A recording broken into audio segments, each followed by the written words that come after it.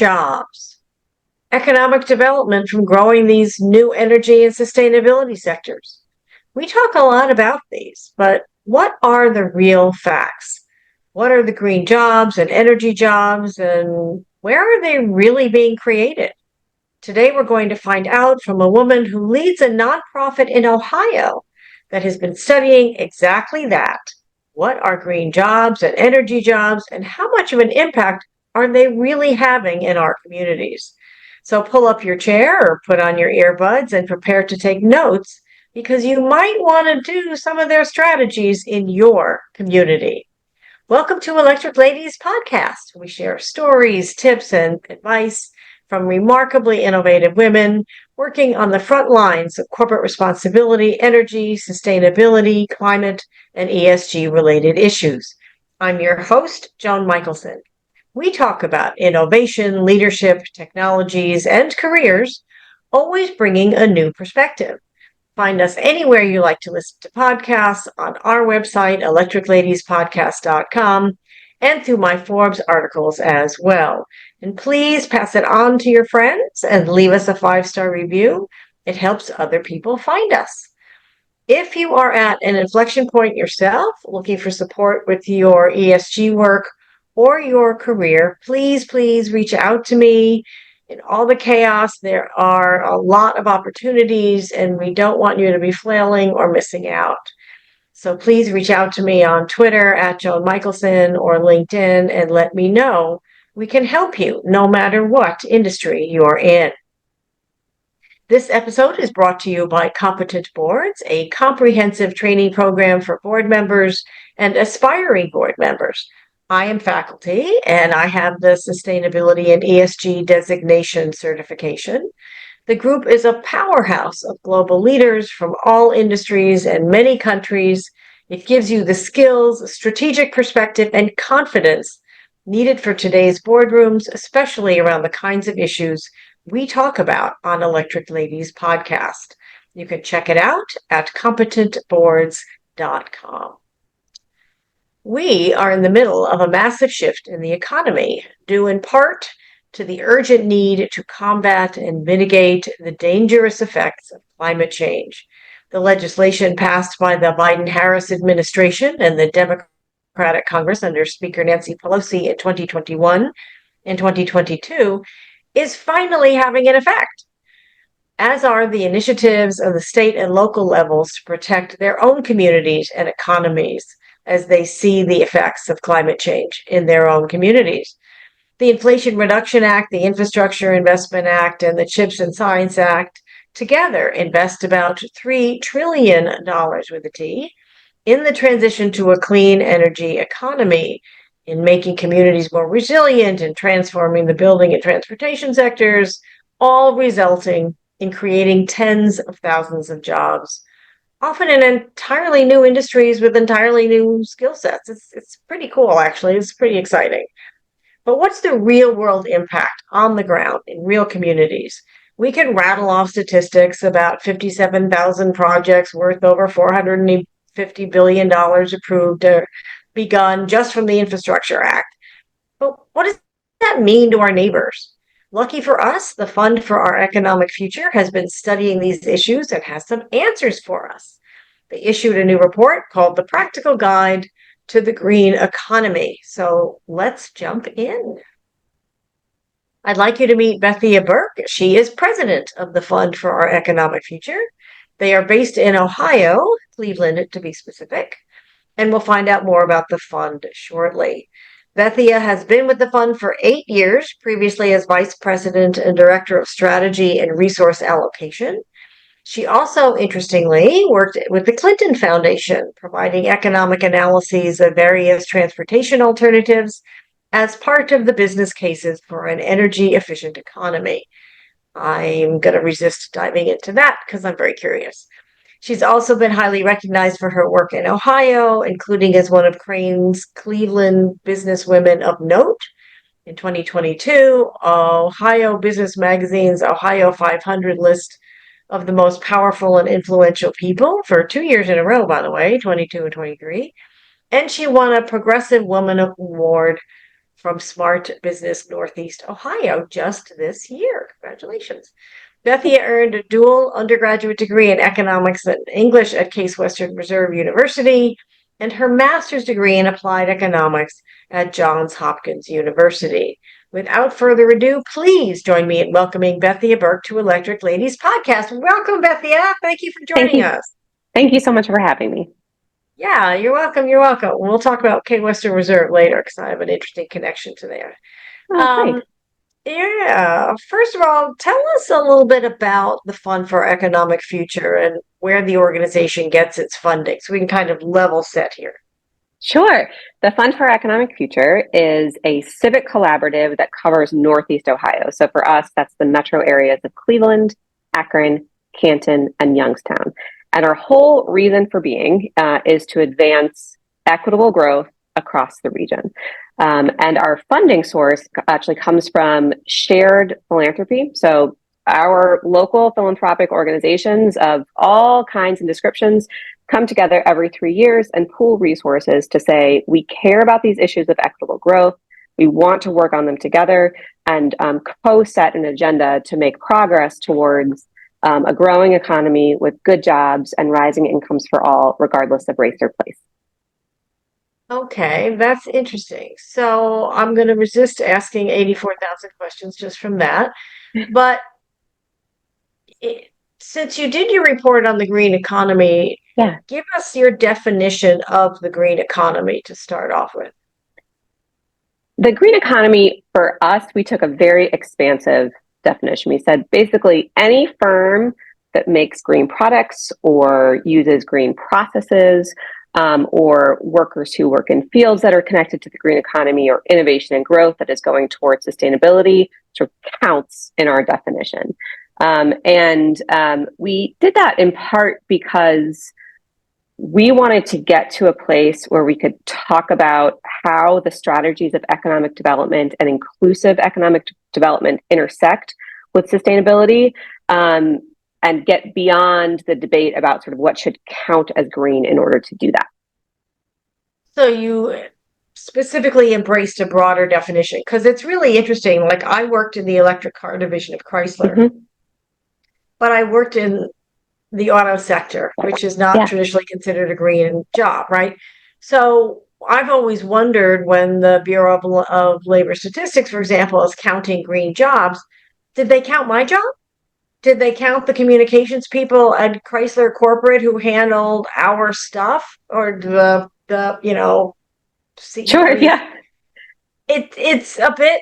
I mean, it's you get to that granular level, right? So when people talk about creating green jobs, I'm always fascinated by that. And is there a percentage? So if you work in an auto sector on a plant and you're building both electric vehicles and internal combustion engine vehicles, because they have a lot of the same chassis and frame and stuff, is like only the percentage of your job that's on electric vehicles considered a green job, or is your whole job not considered? I mean, it's, you know what I mean? Yeah, I do know what you mean. It's kind of crazy. And getting a handle on that is important because there are a whole series of professionals who work in workforce development who are trying to figure out what skills and competencies people need to be successful over the long term of their careers. And so a piece of work that we're involved in right now that is co-led with others in the community is to understand how to size the pieces of the workforce that we consider to be green jobs and how we're going to think about those over time, because we're at the forefront of growth in things like installing solar panels. And so what happens to that green job over time is as important as how big is it today, right? So it's complicated and we need to decomplicate it so that we can figure out what to do about it. And that's part of what we're trying to do. Yeah, we need to break it down so that then its impact can be measured, right? I mean, that's kind of the point. And why do we care if something is a green job? And we care because it requires different skills and competencies and has a different level of demand for the future. And we want to understand wages and characteristics about that job. So it's also rooted in why do we care that we define it as such? I totally agree with that. And also because when government is allocating funding and tax incentives towards those, they want, it's like ROI, right? Like, what's the return Hmm. on our investment for the taxpayer?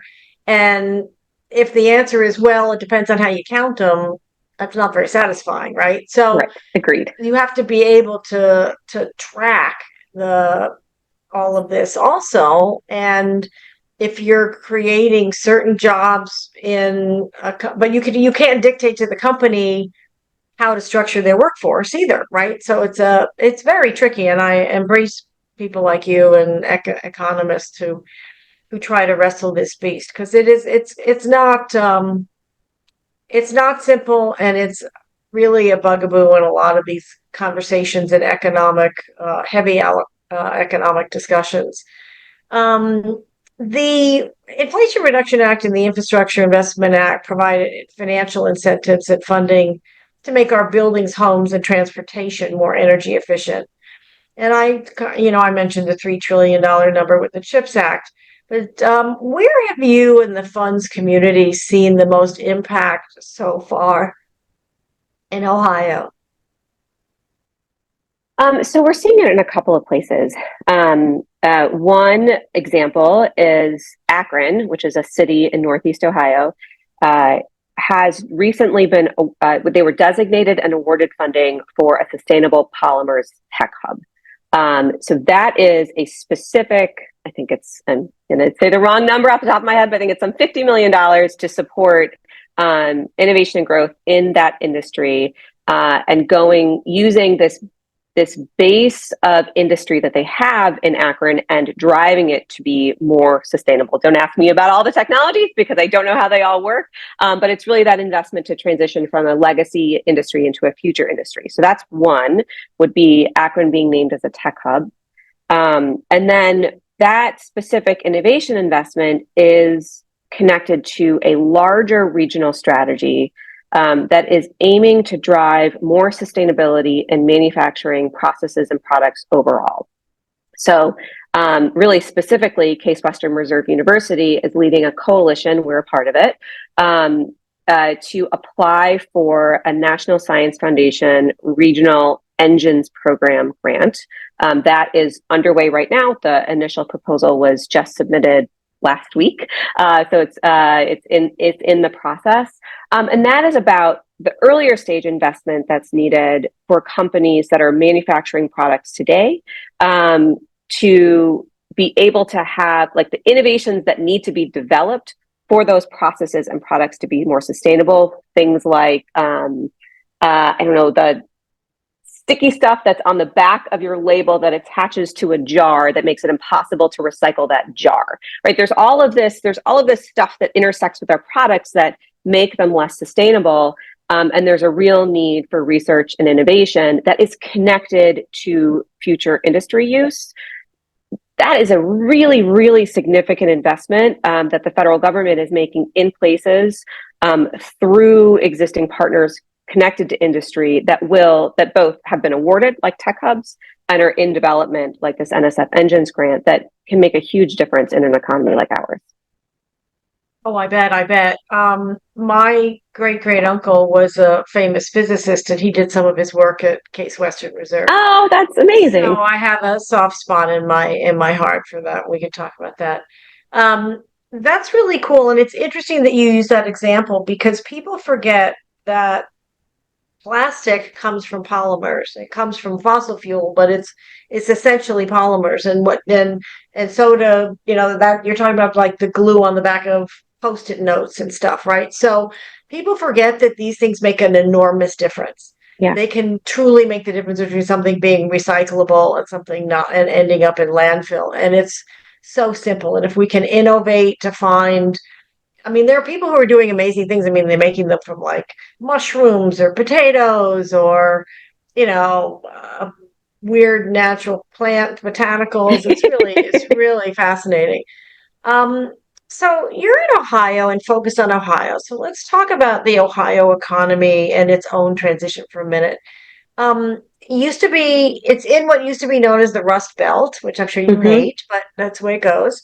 home of steel and other heavy Yep. manufacturing, hence the rust part, right, in the 50s. And it hit a lot of an economic speed bump, right, when a lot of those jobs moved overseas or got Yep. automated or whatever. And now the state is rebuilding. You have new auto plants. You have this great new investment from Intel for a semiconductor chip manufacturing plant going in, courtesy of the Reduction Act. And I think you even have some pharmaceutical companies and things. So tell us about the Ohio economy, this transition now, and how you see it becoming a green economy and going. It's kind of interesting to go from brown to green, right? It is. And I think one of the things that we fundamentally see as being important in this economic shift, and we say it in this practical guide to the green economy, is that this transition, we believe, will favor places that make things. That we make things as an economy in Northeast Ohio. That is different than the decades in the 90s to early 2000s that saw the shift to the knowledge economy. And it didn't matter if you were sitting in an office building in Cleveland or Seattle or Tel Aviv, because it was really about a different kind of job, which have mattered to our way of life and lots of things. But we're part of what we saw as economies like the ones in Northeast Ohio saw job losses and people not being able to get reconnected to employment. So this point in time that we're in, as we think about the transition to a green economy, it really, for us, fundamentally is about connecting these investments and this investment opportunity to this place that knows how to make things, and we want to make them better and more sustainable. And that when we think about this point in time that we're in, the other thing that we're really thinking about is we have in Northeast Ohio and across the state this basic advantage. We're a place that makes things. We're next to this fresh body of water, and we have to reorganize to be competitive in the future because we are not the only place for which that's true. And so we're constantly in this field thinking about how do we support company innovation and growth in a way that connects to people gaining benefit from that, because we believe that that's our job in this overall world of inclusive economic growth. So people are at the center of it, not jobs, not companies. You actually have people at the center of the circle, if you will, of how you're thinking about the economy. This is a really important shift in the way that many who work in economic development have been thinking in the past decade or so. The way that we talk about it here is it used to be any job, anywhere, because, as you said, we suffered serious job losses, and the work was about where can we get any job anywhere so that there's opportunity. Increasingly, there is a recognition of the importance of not just any job, but a good job, and that place matters for economic growth. And so, yes, the job needs to be there. A company needs to be competitive in the future. We want to support the transition, for example, of our manufacturing sector into a cleaner, more sustainable sector, because we believe that will matter for the future of the economy. We also believe that it's important that places are available for that job to land that are accessible to residents who don't have employment or would be disconnected from employment. So it matters where that job goes, and it matters who is prepared for that job, what education is available, how you get connected. And so they all go together to what we're trying to work towards. No, that's great. Well, you need all the stakeholders, right? You need all the pieces. Decarbonizing the Rust Belt obviously is a big job. What are the challenges and to put it gently, right? What are the challenges? Yeah, I'm sorry, but it sounds very simple, but you got to start somewhere, right? What are the challenges? And you talked a little bit about some of the opportunities, but how is Ohio kind of embracing this transition as a state? And if you can talk a little bit about, frankly, the political dynamics, because Sure. conservative state. You've got a Republican governor. You've got one of the senators is a Republican who happens to be running to be VP. Don't get me started on that. Um, and so you've got that dynamic of a lot of this funding is coming from the government, but the government of the opposite party, and how does that affect the transition? Yeah. So there's a lot of ways to think about that question. One entry point that is really important is that the transition that we're experiencing is driven, yes, by some federal government investment and by other things as well. It's also driven by changes in consumer choice and demand. And it's driven by regulations in other markets that our industries need and want to sell into. And it's driven by shifting, therefore, in overall private sector investment. We see this point in time as being fundamentally different than other points in time when, sustainability has not only recently become an issue, it is today that it is at a place where the market realities and the level of investment that we're seeing are intersecting in a way that it becomes an economic development issue. The perspective I think in any state, in a conservative state as well as any state, when we think about businesses transitioning, is how does it relate to what that business is set up to do? And businesses are set up to maximize profit. And so when we were talking before about these products that the businesses are making in this federal investment, so the NSF Engines program, for example, there's a fundamental need to make the sustainable interventions economically viable. If they were already economically viable, given what we know about, there really has been a shift, an increasing shift in consumer demand and in other markets, they would be more readily accessible and available. The reason that we need that government investment is because some technologies are not today economically viable and competitive, and we have to get over that research and innovation hurdle in order to get it into the private market. To reduce the risk so that the private sector will invest, and so the prices come down and people and businesses buy them at a more affordable rate. Right now, they get tax credits and incentives in order to buy them, which reduces the risk and increases the market for them, right? So it becomes because we don't, I will say just fundamentally, because we don't charge for carbon emissions. The other way in is to be in a system that places an economic consequence on the negative consequences of not being cleaner, but we fundamentally have an economy that doesn't do that, and therefore the other option is to have these incentives. And I think that ultimately what makes the case in Ohio is that we have political leaders who want jobs for their constituents, and when there is a sufficient call for attaching to a grid that has cleaner energy consumption or cleaner energy generation associated with it, or when there are needs and desires for water and the clean water technology that goes along with water uses in manufacturing. When you have these business needs, when businesses want to be increasingly in resilient places because the insurance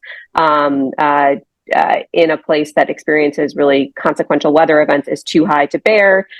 These are things that matter in an economy like Ohio. And when there are political leaders who are motivated by wanting a strong economy for their residents, it is easier to care about issues of sustainability because you're going from the value in. Yeah, and I've actually heard Governor Mike DeWine make that argument where when he's accepted federal funds that some others in his party have pushed back on. He's like, Sure. we like the jobs. Thank you for sharing. Our goal is to keep our people employed. So touche to him for that. What can other communities learn in your view from Ohio? What can be extrapolated okay, you have this guide, so you can spread that, far and Sure. wide. And it's very cool. It's very comprehensive, and it's got some nice charts and things in it. But what do you think really that, I mean, not everybody's going to take the time to read a 53-page report, right? What do you think communities specifically can learn from Yeah. Ohio, that maybe they're, I mean, a lot of, they're looking at getting the funding, or they're looking at this or that or the other, but like what's some kind of nuance that maybe people are Yeah. missing? Um, I think a couple of things. My headline would be climate mitigation strategies and carbon reduction plans are not the same as economic development plans and have been developed by very different people in different departments or even different organizations. This is a moment in time when those need to come together, and actually have shared motivations behind them. So a significant and meaningful thing that communities can do is to try to figure out where there's aligned interest. And I fundamentally believe that aligned interest is there in a way that it was not 5 to 10 years ago. I think then when that's done is that will bring together partners that aren't today working together. We suggest organizing around 3 themes. We say we want to grow green job hubs, we want to future-proof businesses and industry, and we want to maximize community benefits. And for us, what that means is, look, place matters in any successful economic development strategy. And we think when we invest in place that we should have an eye towards greener infrastructure, because we fundamentally believe that companies will be demanding that. We'll be demanding things like cleaner generation of energy in the next 5 years. And when you're bringing sites online, that's the timeline you're working on. So look at green infrastructure investments. Future-proofing industry and business is really about, especially in any economy like ours that's in the supply chain for other businesses, there will increasingly be required reporting of what negative environmental consequences you're generating through your business processes if you're going to feed into these larger corporations, because they are going to be reporting it.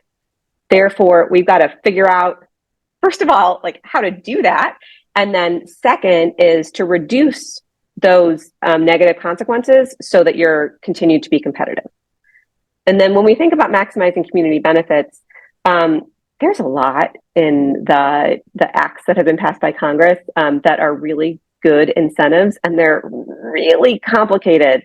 And nonprofits, smaller businesses, local communities are not all of a sudden going to be able to get a tax credit for a heat pump to stick inside their house to benefit from all of this. There is a translation function that banks and accounting firms and lawyers are trying to figure out so that businesses, nonprofits, people can gain access to these tax incentives that are available to grow towards a different kind of future. So when you say translation Yeah. challenge, you mean how do they help their clients and their community leaders understand what the government jargon in the acts means for their community, like how to tap it? Is that what you mean? Practically, how does a refundable tax credit that is available get connected to a specific business use? There are, and when we are investing in things, how does that change what we're doing? So this is not a business example, but a household example. You can get money back if you put a heat pump into your house. My guess is almost nobody knows that. And also, it doesn't belong in every house. My house, in order to put it in my house, like, because my husband has been in HVAC for a long time, he's like, and we need a new boiler. And I'm like, well, maybe we should be doing something like this. And he's like, look, we can't do it because of the way that our air conditioning system is set up. It's like an entire revamp of our whole house. So it's like, it's in the details of where and how it can get applied. But because it's in the details, it is at risk of just not being used, right? Like that these tax incentives are really at risk of not being used because it's not part of the way that we're doing business today. It's not easy to understand. And there is not an army of people out there who are ready and able to support different decision making. Yeah, it's interesting because I'm doing some consulting around this to help people do that translating. Yeah. How's And that in going? fact, yeah, I don't know if you get our newsletter, but we are pitching a panel at South by Southwest to do exactly what you're talking about to help Oh, people. great. Yeah, you'll want to listen to Rachel McCleary of Treasury. I interviewed, she's one of the people who actually wrote the rules from Treasury to Yeah. execute. And she and I and a couple other people, I'm moderating it, but are going to do exactly that. We're going to do I think you can vote for our panel. I By the will. way, yes, definitely. That's really good. I really thank you for that. And I think those are really key issues that people need to keen in on is the translating and helping communities, creating jobs. And I love the idea of future proofing. That also goes, frankly, to protecting your community from extreme weather events happening and, Mm-hmm. increasing resilience, right? Yeah, of course. Um, this transition, no doubt, puts some people out of work, just like any economic transition does, right? And it may even Mm-hmm. put some businesses out of work. I don't know if you know about the Just Transition Fund, for example. They work with coal miners in West Virginia Yep. and some other places.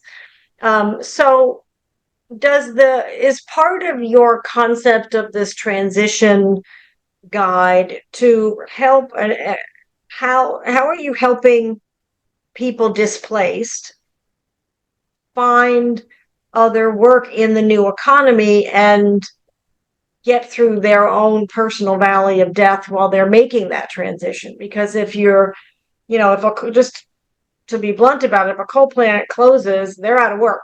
Now they can Mm-hmm. get some unemployment, but it's relative. In the Yep. meantime, they have to be reskilling. And a lot of times these people have a hard time reskilling just because they've been doing the same thing for so long. Sure. So, Yeah. how do you help them? How do you help displaced workers in Ohio right now, and make that transition? Yeah. I think a couple things. One is I think the benefit we have right now is that we are still very much at the forefront of this transition. So investment is coming in. Both things like the Tech Hub awards have landed, and we're going after things like this NSF Engines proposal, right? So there's investment coming in, and we can see that front end of it. And the transition is very much early, which means we are not in a crisis mode. And we can do smart things today, looking at, and this is one of the things that's underway, is looking at the aggregate analysis of what is out there to support training in the areas where we're going to see job growth in good jobs. And then how does that align with existing talent who might be displaced or who might be coming out of the K-12 or advanced degree systems. And that is all work we can see. We have this really interesting window where it is near term enough that people are moving to action, but it's not tomorrow. So we haven't missed the window yet. And I think that there are fundamental good things to do in workforce strategies, like making sure money is available so somebody can not just take a training, but feed themselves while they take that training, and all of the things that go into any good workforce program. It's applying those principles to what we see as the transition that's coming, and making sure that reskilling or that upskilling is available. It's not intellectually difficult to map out. It is really about making sure that our agencies and organizations that are charged with this work have what they need in advance of the transition, instead of us looking back 5 years from now and saying, like, man, I really wish we had thought to look at this pool of workers who are going to lose their jobs. And to me, any community that is doing workforce development well is looking at that, and ours certainly is. Yeah, I totally agree. And one of the things that I find, because I get a lot of people coming to me for career support who are Mm-hmm. transitioning to the new economy, is that at any level, people don't always realize how their current skills and what they just plain old, even if you don't just call it skills, but what they know and what they know Yeah. how to do translates into a whole nother industry. Like they don't think about, well, logical thinking of breaking down, taking something apart and putting it back together. I've been doing it in this industry, but you know what? I can do it in this industry too. It's just a different thing that I'm taking apart and putting back together. But they don't think about it that way all the time. So part of the workforce development is having people who are retraining them and analyzing how their skills map with the new skill sets is to have get to know people enough to say, look, you're really good Yes. at this. I mean, even women who've been staying home with their kids, they're great jugglers, right? They're great multitaskers, they're great managers of people, that they can their skills that we know and things we know how to do that we kind of take for granted. I mean, I didn't even realize that being a communicator as I am was unique for the longest time. So I thought, well, I could do it easily. Everybody can. I mean, it's Of like, course. you Yeah, know no, what I I know mean? exactly what you mean. I do know exactly what you mean. Part So of I it just want is having somebody else recognize it in you. Part of it is it's a scary thing to make a transition. I mean, there's a lot that's wrapped up in the emotional and sort of self-perception that at any skill level, at any point in your career, it's just a fundamental human thing. Yeah, and I love that you said it's a lot of it is having somebody who recognizes it in you, even if you don't recognize it in you, right? Yeah. Yeah, absolutely. So I ask you a couple of things and then get some career advice from you before I let you Okay. get back to your life. In the practical guide to the green economy, you talked and you mentioned it here a bit about bringing jobs to where people are. Hmm. But one of the things that came out of the pandemic, I mean, we always had some version of telework, but now a lot of people really want remote work Yep. and or hybrid work. So, what do you mean by bringing jobs to the workers now in this new economy where we have people who don't necessarily want to have to report to an office or a plant? I realize if you're building a car, you have to be where the plant is, but there are a lot of jobs like data analysis and other things that don't necessarily require you to be in a specific building. Yeah, I mean, I think it's exactly what you ended on, which is it matters what the job is. So when we look at it, what we're looking at is when you drive around some areas of Northeast Ohio, or walk around, but these are places you're less likely to walk in, there are empty lots that used to house industry. And over time, industry left, and they left behind an empty place that is a blight on the neighborhood, that is often has environmental consequences and has health concerns for people around it.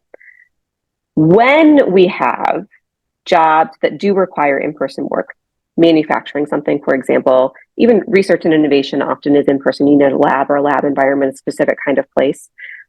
We want those jobs to be focused. We want those jobs to land in places that are reusing this vacant and abandoned property. There's a whole lot of work that goes into that. The sites have to be of scale, they have to be cleaned up, they have to be ready, all of those things. For the jobs that are remote and remote possibility, it is an important sector of the economy. It is not the majority of jobs. Okay. And I think now you're going to ask me what percentage, and I don't know, but it is not the majority No, of jobs. no, that's okay. Yeah, it's okay. I'm curious, but you can tell me that later. But I also think that there is this real intersection of what are the right words? It's like infrastructure and basic support needs in order to get those jobs. So you have to live in a place that has access to reliable internet if you want to remote into a job. You have to. My job, I could theoretically do some remotely. My house is not built for me to have a home office in it. I mean, there are things about remote work that absolutely work for some workers and don't work as well for others. And so to me, it's like that's very much about flexibility and sort of how we design work and how we think about things. But there is a huge part of the economy that you still need a site. Intel has a site. Their facility is somewhere because they are making a product. And these companies that are making these location decisions, it matters where the tax base is for residents in that community. It matters, who can access those jobs, because you can not only get to it, but you can see it. Your neighbors work there. I mean, there's lots about place that intersects with opportunity that's really, really important. No, I appreciate that. And that goes to the uniqueness of Ohio, which is, as you started our conversation, is, known for being able to make things, right? Yeah. So, and the people who are known for being able to make things. And so it's a natural thing to have the transition for companies that are making things even in a green way have a foothold in Ohio. And I will say, the transition to a more sustainable set of processes and products also makes it more palatable, better for those industries to be closer to neighborhood residents, because we're talking about moving to a place where manufacturing emits less. That if you're next to a very dirty plant, nobody wants that. Nobody wants kids to have asthma. Nobody wants that, air pollution in their community. And so I also think that this shift to more sustainable manufacturing has consequences to how we think about development patterns, because the future negative environmental consequences are ideally mitigated and not there. That's a big deal. Yeah, that is definitely a big deal. And I love that because it reframes people's perception of manufacturing as an industry somewhere, because most people think about it as, like you said a minute ago, the industrial area. Yeah. And yet it doesn't have to have that connotation, right? It can be very different, and it can be a greenscape, and it can be one of the things. I've spent some time in Iceland the last couple of years, and one of the things that they do is they have, and I've written about this and I've done interviews about it, is they have their office parks, for lack of a better word, are mini circular economies, where if the only way that you can be part of that park is you have to have sustainable business practices, but you also have to have where a product or byproduct of any of the other tenants has to be a product or byproduct that you can use in your business It's an model. Industrial symbiosis model. Correct. Yeah. So industrial symbiosis. I love that. Okay, I'm stealing that. So thank you for the economic phrase. Literally, I mean, it's either, a geothermal plant is powering your plant, but then you use the brine to make thus and such, and you distill it however you need, so it's that's kind of what you're talking about, is the ultimate manufacturing, sustainable manufacturing, where it's not creating a negative impact on the environment or the people around it. In fact, you're able to house maybe employees nearby because it's not a happy place to live, right? Yeah. So before I let you get back to your life, I like to get career advice for mid-career women. And what I'm talking about is a woman who has maybe 15 years of career experience. She's got an education. She knows what she's good at. She wants to advance in her career. She wants to make good money. And she also wants to make a difference. And she does not want to have to trade anything off. So what advice would you give to her?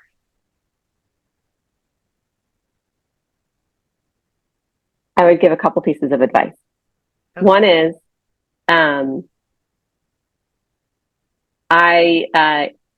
if that woman has the opportunity to have worked in a field that has paid her a good salary, that's a good place to start. Because often we put women in these do-gooder roles, and these socially beneficial roles, and they take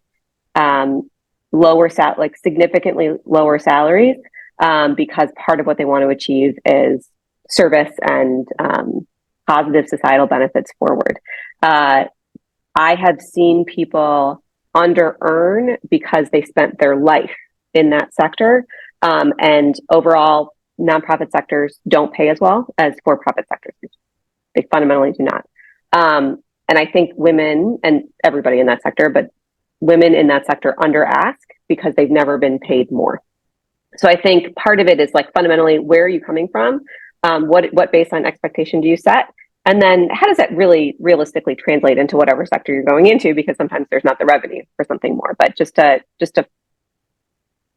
ideally have a broad enough career exposure and experience that you see what peers and colleagues earn and what you could potentially earn, and that you're not afraid to ask for a higher salary, even if it is in a social service oriented sector. I think the other thing is women in any industry, social good forward included, often end up in supportive roles to an executive. And an executive, whether it's in a nonprofit or in a for-profit, is going to earn more money. A C-suite person is going to earn more money. And so just to think about elevating up. Women don't, I think it takes a longer time for women to see themselves as strong leaders with leadership potential than the known thing, than men of the same level. I even see it myself. I see there was recently a 40-year-old man who was like, oh yeah, he's eminently qualified for that job. And I thought to myself, I would never think that of a woman his same age. And I was self-checking, that fundamental thing that comes with maleness and sort of leadership and executive presence. And I think any woman in any job, whatever she is trying to achieve in what you just described, take whatever you think your level is and add at least 20%, because you're definitely underselling yourself. And people around you are not doing that. So don't do it. Love that. That's perfect. And it's true. I love what you said, though. You said something really important, which is people get it's almost like a people talk about your metabolic set rate, right? You get into an economic set rate, yes, level. It's like you get used to thinking of yourself as only earning X dollars, when in fact you have the potential to earn 2 and 3 times that.